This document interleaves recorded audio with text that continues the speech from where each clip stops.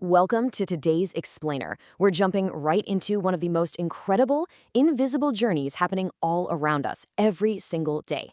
We're talking about the nitrogen cycle, and we're going to see exactly how nature acts as the ultimate recycling machine. So, get this. About 78% of the air we're breathing right now, it's nitrogen gas. Sounds like a lot, right? But here's the catch. Even though it's quite literally everywhere, plants, animals, and even us humans, we can't actually use that gas directly from the air. Nature has to work some magic first to change it into a form we can actually use. Here's our roadmap for today. We're looking at meet the nitrogen cycle, step 1, nitrogen fixation, ammonification and nitrification, assimilation and denitrification, where is nitrogen found, and finally, protecting the nitrogen cycle. Let's get to it. Section 1. Meet the nitrogen cycle. Why is nitrogen important? Well, without nitrogen, there'd be no healthy plants, animals, or people. It's that simple. It is an absolutely crucial building block. We're talking about the stuff that makes up the DNA in our cells, the proteins building our muscles, our vitamins, and even the chlorophyll that makes plants green. Bottom line, without the nitrogen cycle, our ecosystems just wouldn't be able to produce food. Moving on to Section 2. Step 1. Nitrogen fixation. Getting started. Before we get into the nitty-gritty, let's look at a quick map of our journey. These are the 5 main steps we'll be tracking as nitrogen travels from the sky, down to the ground, into living things, and then all the way back again. And it all kicks off with Step 1, nitrogen fixation. So, what exactly is nitrogen fixation? Basically, it's the process where that unusable nitrogen gas from the air is changed into useful compounds in the soil, like ammonia. This is the big moment. It's the critical first step where nature takes that air and turns it into something life can actually build with. Think about this transformation. We start with nitrogen gas, or N2, just floating up in the air. Then it becomes ammonia, NH3, down in the soil. But how does a gas in the sky become a nutrient in the dirt? Well, nature actually has 3 different pretty amazing ways of pulling this off. First up, lightning strikes. The raw energy from a lightning bolt literally converts millions of tons of nitrogen gas into compounds that just fall right to the earth. Pretty cool, right? Second, we have these super helpful free-living bacteria hanging out in the dirt that change nitrogen directly into ammonia. And third, there are special bacteria living right inside the roots of legume plants like beans, peas, and clover. It's a perfect trade.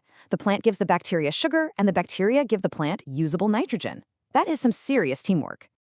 Section 3. Ammonification and nitrification. Breaking it down. All right, step 2 is ammonification. Think about what happens when plants and animals naturally die, or when animals leave waste behind. Nature doesn't let that stuff just sit there. Decomposers, which are basically nature's cleanup crew made of bacteria and fungi, they break down all that organic matter, and as they do, they release ammonia right back into the soil. Now for step 3, nitrification. That ammonia we just talked about is great, but it can actually be upgraded. Other specialized bacteria step in here and change the ammonia first into nitrites and then finally into nitrites. If we trace the flow in the soil, we go from ammonia to nitrites and then to nitrates. And the reason this matters so much is that nitrates easily dissolve in water. That makes them the absolute perfect, ready-to-eat food that plant roots can just easily drink right up. Which brings us to Section 4, assimilation and denitrification, use and return. Step 4 is assimilation, and this is where the magic really happens. It's the moment of growth. Plants absorb those dissolved nitrates from the soil through their roots, and they use that nitrogen to build proteins and grow strong new leaves, stems, and seeds. And as for the animals, well, a cow grazing on grass or a rabbit munching a carrot gets all the nitrogen it needs to build its own body, just by eating those plants. But, what goes down must eventually come back up. Here's our grand finale, Step 5, denitrification.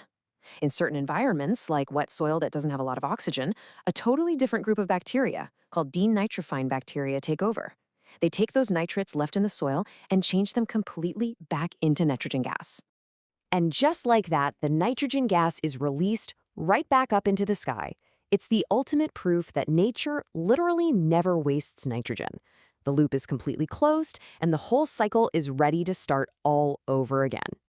Section 5. Where is nitrogen found? It's everywhere. Seriously, it is everywhere. It's floating as a gas in the atmosphere.